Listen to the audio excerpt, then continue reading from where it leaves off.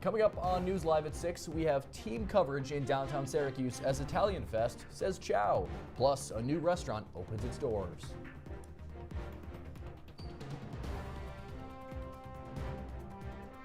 Scared, because it is. Plus, security changes to campus residence halls. We explain the changes and students' concerns. And a new way to learn math. How an SU professor is closing learning gaps with her latest book. News Live at 6 starts right now. This is CitrusTV News Live at 6, your campus news leader. It's a tasty day for food lovers here in Syracuse. Welcome into News Live at 6. I'm Peter Elliot. And I'm Marie Achkar. We have team coverage tonight with plenty of good food around the city. Ronnie Perillo is live at the Festa Italiana, and Holden Sherman is live at downtown Syracuse's newest restaurant, the Whiskey Coop. But first, let's start with Ronnie, the most qualified person here at Citrus TV to opine on Italian food. What do you find in there, Ronnie? I'm jealous of you. Yeah, Marie, Peter, I mean, I wish you guys were here. It is a party over here. We've got live stage performances. We've got these great food vendors. And this festival runs all the way from tonight to Sunday afternoon right here in downtown Syracuse in front of City Hall. Now, joining me is a very special woman who this festival means a lot to her. She was Miss Italian herself of Syracuse. This is Cheryl. Thanks so much for joining me tonight, Cheryl. So what does this festival mean to you now going into what year are we in now? I'm 71. She looks beautiful. Yeah, it goes back. My father ran the first festival. One of the main people. We were at the state fairgrounds. Very first festival. That's awesome. And what are you looking forward to this year about the festival? The weather is amazing, and people are just everywhere. The food That's is awesome. Fantastic. We have a lot of food. I mean, look at this. You can't really get any better than this. This is for my paisan, Mike Lamorte. I know you're watching in studio right now, buddy. This stuff's for you. So what do we have here? We got scallops, meatball sliders. Yeah, this is probably our most popular. And the meatball sliders and chicken riggies. It's Central New York favorite. Yeah, it is. All right, so I'm going to do this. I am going to try a meatball slider right now. Give you my honest review. All right, let's see. I'm going to take this.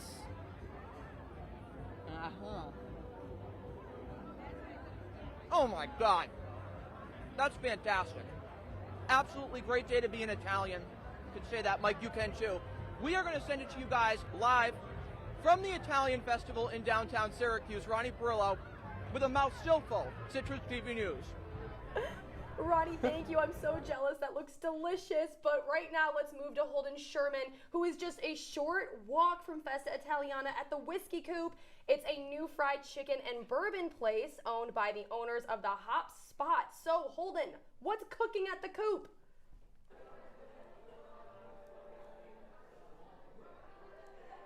Marie, there's a lot of great stuff going on at the Whiskey Coop right now. The energy's flowing. There's music playing. The bar's got a lot of great stuff. I was able to sit down with some of the people who make the Whiskey Coop earlier today. The Whiskey Coop is already making a name for itself since they opened last month in Armory Square. Located next to the beloved Hop Spot, the fried chicken and whiskey joint is a unique bar setting. How often can you come into a downstairs basement bar on a cold winter night and get a hot toddy, a fresh hot toddy? With fun drinks like the Kentucky Mule made with pointless ginger ale and the fried chicken and waffles topped with the Cajun butter, the Whiskey Coop brings flair and distinct flavors to their menu. They currently have about 200 different types of bourbon whiskeys. With the football season in full swing, they stay prepared when SU football plays to make sure that all customers can have the same full Whiskey Coop experience. What we tend to do when we know that we have games coming up, especially home games, we staff a little heavier, try to see what our most popular sandwiches and stuff like that have been, and make sure that we're prepped heavy.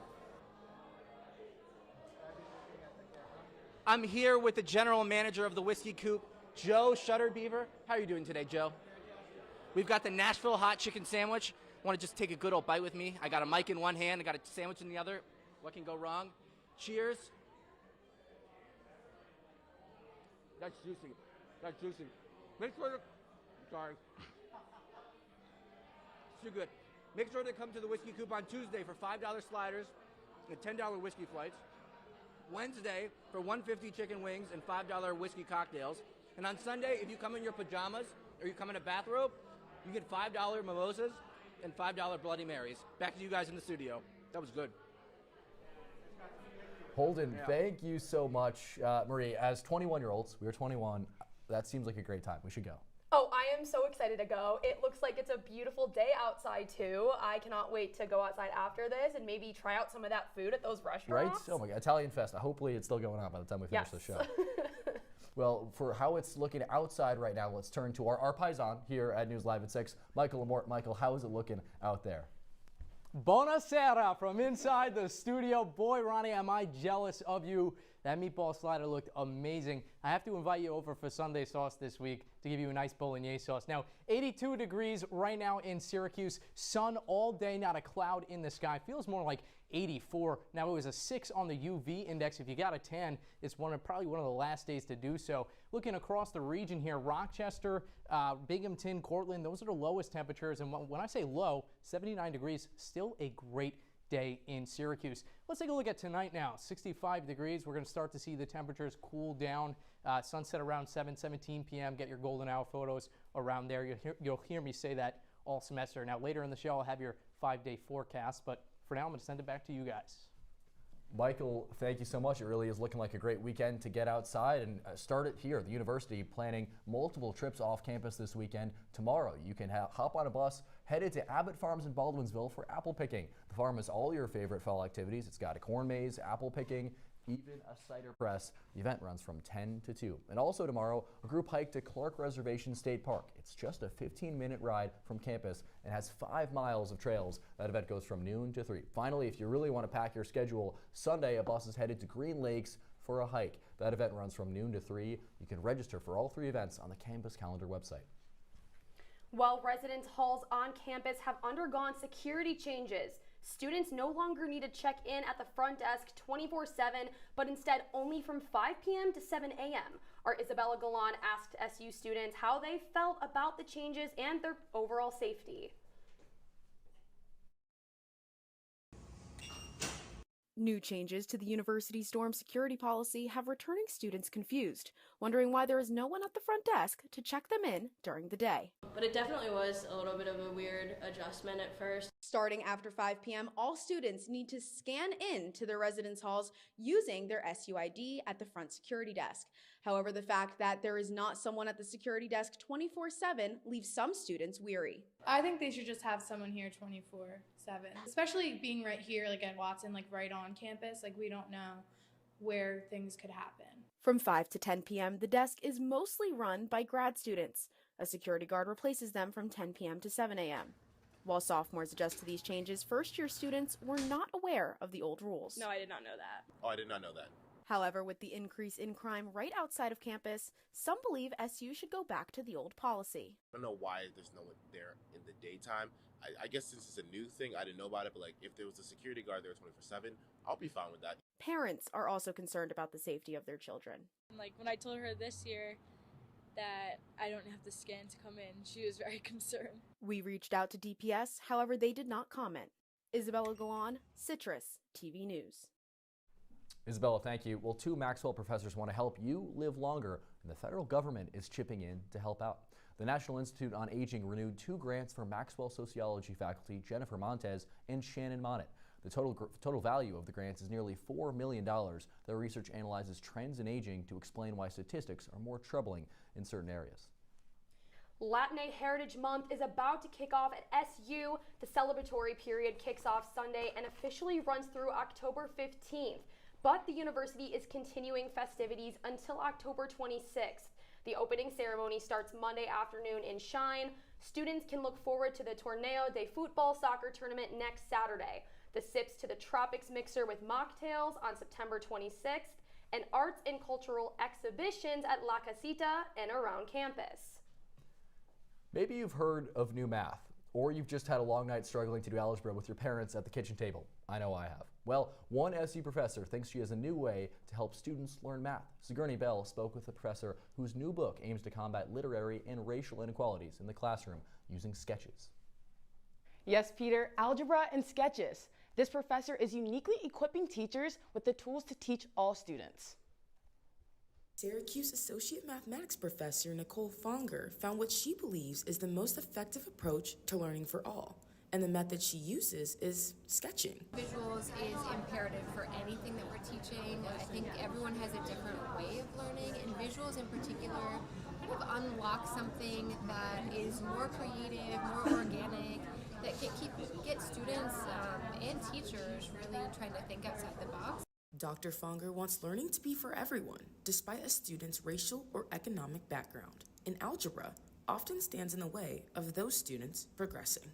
So for me, it's like a creative way of helping people see their knowledge gaps, right? When you hear algebra, you think it's like some very far off concept, something from outer space. And, using sketches to be able to explain concepts really caught my attention. Her book, Making Algebra Meaningful, is a visual approach to help teachers tackle literacy and racial divides with their students. This might be the bridge for some kid that will go to outer space. Improving accessibility in the classroom, one sketch at a time. Sigourney Bell, CitrusTV News. Wish I had that back in middle school. Sigourney, thank you. We're still ahead on News Live at 6. Student entrepreneurs given the chance to pitch businesses at today's Blackstone Launchpad event. Hear from students about their new ideas. Stick around. Plus, the latest on 2 Syracuse police officers injured in a car crash yesterday evening. What the department is saying? Stay with us.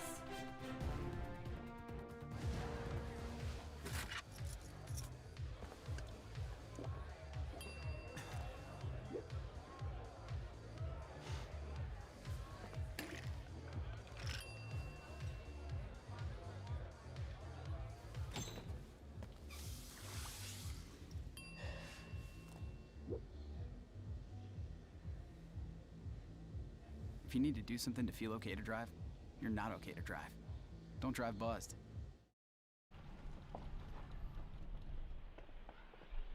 Got a quarter?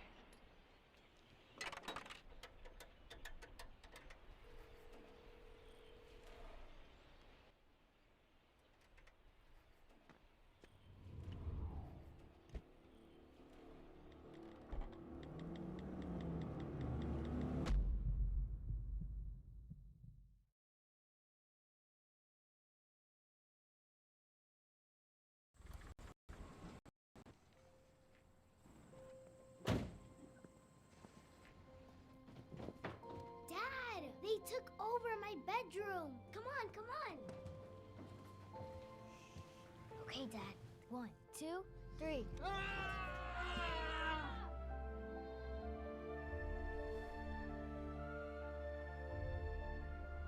Dad!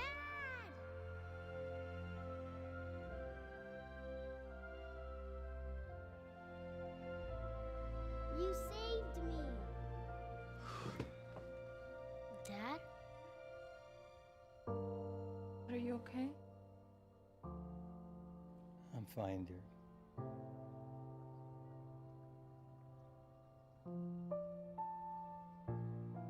Your hero needs you now, and AARP is here to help.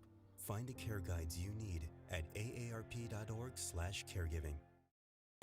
If you see news happening on campus, in Syracuse, or across the nation, call the Citrus TV newsroom, 315-443-1177, or tweet at Citrus TV News, your campus news leader.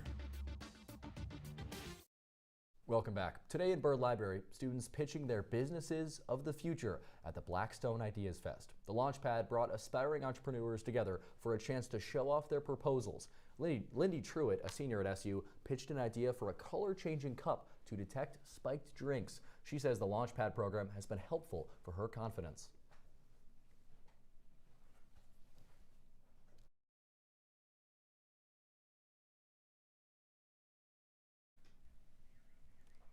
Sorry about those technical difficulties. Well, Truitt says she plans to turn her idea into a reality after graduate school.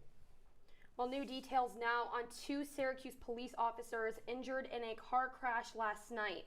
SPD says the officers were released from the hospital and that their injuries were minor. The other driver involved in Erie Boulevard crash was not injured. According to the SPD, an investigation into the crash is still ongoing.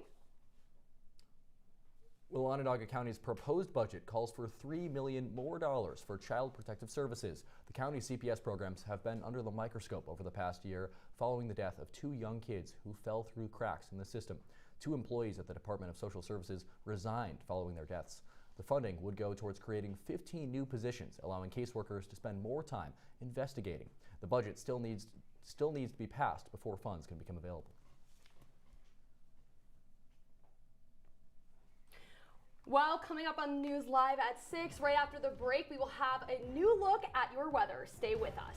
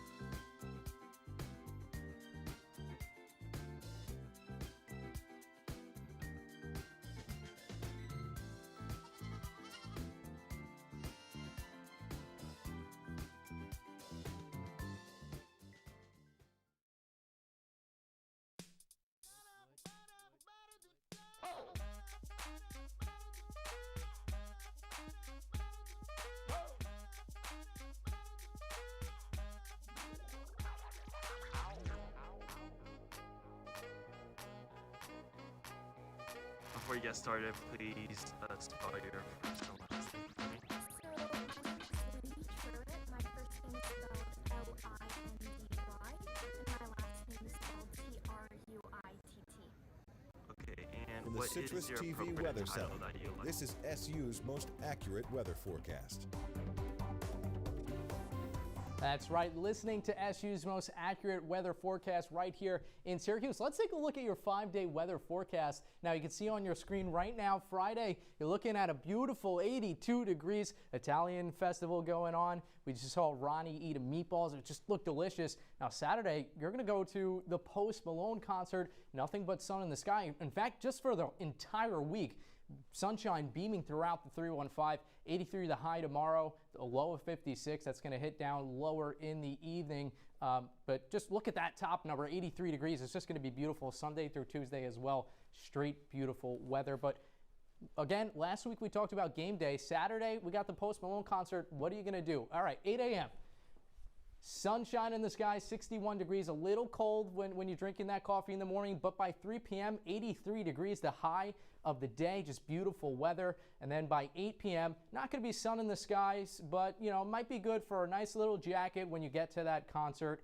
Sunflower, sunshine all day, and then the sunset at 7:30 right when you're heading towards the concert, guys. I'm going to send it back to you. I hope you guys are going to the concert. It's going to be beautiful weather throughout this 5-day week.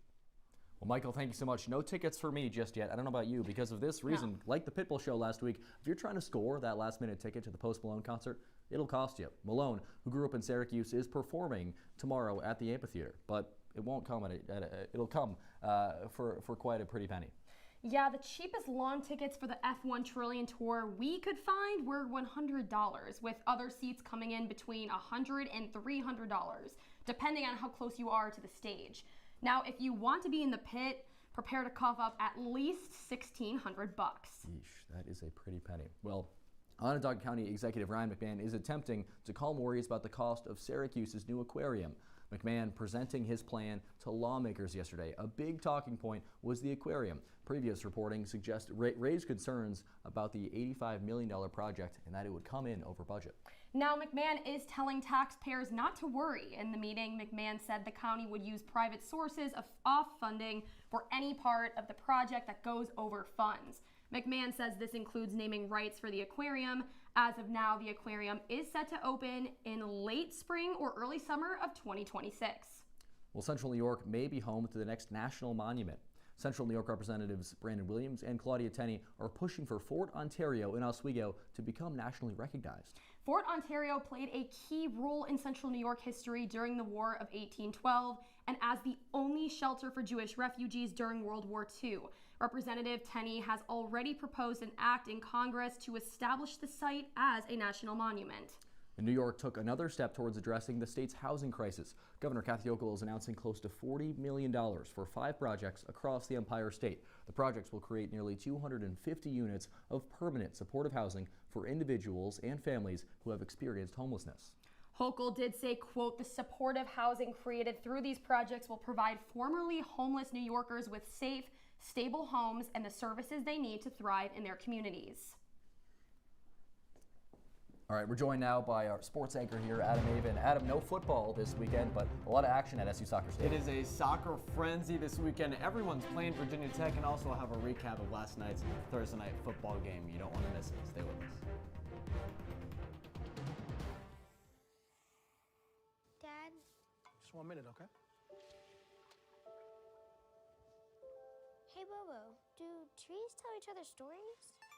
I'm sorry. I'm afraid I don't know that. Hey, why don't we go find out?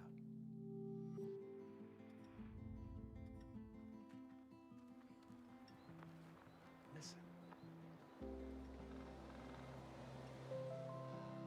Do clouds take naps? I couldn't tell you.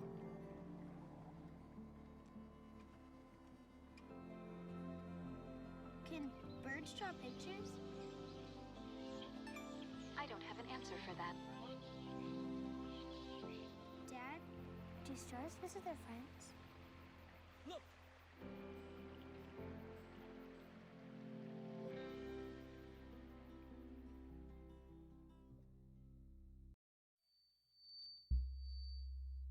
Women are bad with money.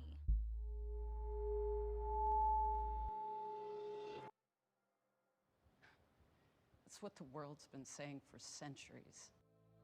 But now, we've got something to say. Save it. Save the old-fashioned advice, the empty excuses. It's all worthless, unlike us. To our fellow females, it is time to save ourselves by saving our money. Contributing to our futures, investing in our independence. Until we're no longer 80% more likely than men to live in poverty in retirement. So again, we say to that, save it. The falsehoods, the feelings of fault, then the funds. Learn how to save for your retirement at wesaysaveit.org. And now, your CitrusTV Sports Report. Syracuse football might have a bye week, but we are still rolling on. Welcome to sports. I'm Adam Avin. That's right, Fran Brown and his squad have no game tomorrow. Sorry, SU football fans, but while they get some well-deserved rest, this week has been busy around the Hill. SU women's soccer is coming off a win against St. Bonaventure and its best start to a season since 2016. But with conference realignment, the Orange will run into some new challenging ACC opponents. Last night, Syracuse flew to Dallas, Texas to play SMU, the first ever matchup between the two programs, and oh boy, did it not go planned. The Mustangs got on the board first. 11th minute, Truth Byers puts it past Cuse goalie Shea Vanderbach, and then SMU hits Syracuse in the box. Aaron Fleury gets their lone goal for the Orange. Syracuse falls to SMU 4-1. The Mustangs were just all over the field. The Orange, though, will have an opportunity to bounce back and get their first ACC win against Virginia Tech on Sunday at noon. Syracuse men's soccer also looking to turn things around. It hasn't come away victorious in its last 3 contests, but SU has an opportunity to change that tonight. The Orange take on the Hokies. Virginia Tech, ranked 17th in the coaches poll, has only allowed 3 goals so far this season. Could be challenging for a Syracuse program that, while on a winless streak, has just 3 goals on its last 56 shot attempts. It's simple. To win games, you need to score goals. Tonight's match takes place at SU Soccer Stadium. Kickoff set for 7:30. If you can't make it in person, make sure you follow our men's soccer beat reporter Josh Richardson on X for live coverage of tonight's game. And here in central New York, for NFL fans, we're in Bills County. But last night, Josh Allen and the crew went down to my county, the 305, to take on my hometown, Miami Dolphins. And spoiler alert, let's just say it was a rough night for the Avin household. Since Josh Allen has come into the league, he's never lost on Thursday Night Football, and that wouldn't change just yet. A costly turnover from Miami on the opening drive led to Buffalo getting on the board right away, and the Dolphins, I mean, they could just not get anything going. Tua had 2 interceptions in the first half, but I mean, if you had James Cook on your fantasy team, 3 first-half touchdowns, that tied a Bills record. The game ended 31-10 in favor of the Bills. And next week, they take on Jacksonville at home, so they have quite a bit of rest, guys, until they get back on. But oh my, did the Dolphins just not look good? It was not good for me the other night. I'm so sorry, It's Adam. all right. I can't even imagine. I'm a Browns fan, so I might have it worse than you, honestly. Oh, that's a good point. Yeah. Well, let's stay here. Obviously, Central New York, lots of Bills fans here. Right. The Bills 2-0 so far this season. Is it crazy to think Super Bowl or at least a deep playoff push for Josh Allen? Well, look, they lost a lot of their roster this year, and I know Bills fans were really sad to see all those players leave. And also, they have a lot of injuries, but if we saw anything from them in these first 2 games, they can face adversity. It's the same Josh Allen, and it's the same Sean McDermott-led team. I think the Bills might have a chance at winning the division and going far even with their limited roster. That's amazing. And I know the obviously... It's not too amazing. Calm down. Well, it's Buffalo fans have kind of come to expect these deep playoff pushes. Now, who else do you think here in the NFL? Who do you think will be another Buffalo-Kansas City rematch in the AFC Championship game? Any other top teams? Well, look, I'd love to say the Dolphins, but now Tua obviously leaves the game in the 3rd quarter with a concussion, so he might not be there. You can never count out Patrick Mahomes and the Kansas City Chiefs, though. No, you cannot. We've learned one thing. You cannot count out Patrick Mahomes and that Kansas City magic. It's okay, Adam. We're still very early in the season, but unfortunately we're a little bit late in the show, so we're going to have to take a break here. But after the break, we will have one last look at your forecast. Stay with us. Well, Thomas, you've got pre-diabetes.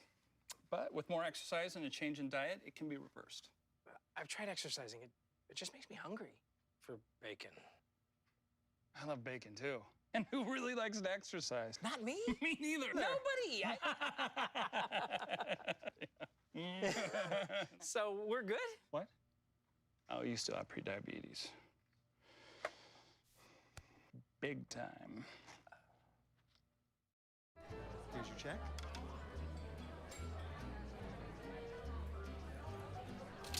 Oh, you got it. You know, since I got rid of my car, I really enjoy walking. Okay. God, no. Getting pulled over for buzz driving could cost you around $10,000 in fines, legal fees, and increased insurance rates. Oh, you're home early. You live with your mom? That'll set your game back a few years. Buzzed, busted, and broke. Because buzz driving is drunk driving. Come on, it's not that hard. My big man fingers are having a problem with these little tiny buttons. Whoa, watch it there. Your blood pressure's gonna go through the roof. Tell me about it. I'm trying to learn how to get it down. Instead, it keeps going up. High blood pressure can increase the risk for heart attack or stroke. Learn how to keep yours at a healthy range. Ever hear a voice command? Just say text barbershop to 97779. That's not what I said. Just give me that. Now my blood pressure's up.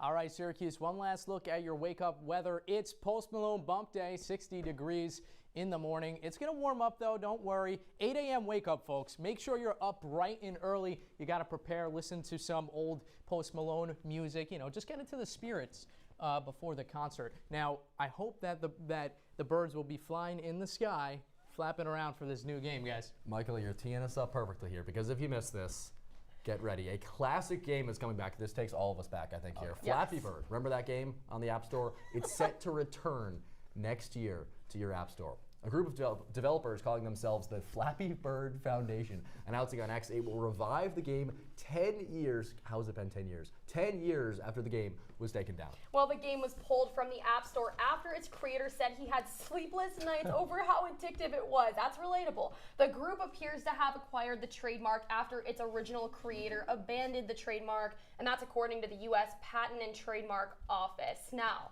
I don't know about you guys. I grew up on Skylanders, Mario Kart, but I have to say, this game was a classic, and I think my high score is actually pretty good. I'm not sure you guys beat me at all. Did anyone of you have, did you have Flappy Bird? Yeah, I had Flappy Bird, and then you get into all the rip-offs of it, and then because they took it off the App Store, none of them were as fun. Yes. Yeah, well, Peter, let me tell you, they're going to take us out of TikTok I'm and so back sorry to over interrupt to you, but we're about to end the show. Have a great night, Syracuse.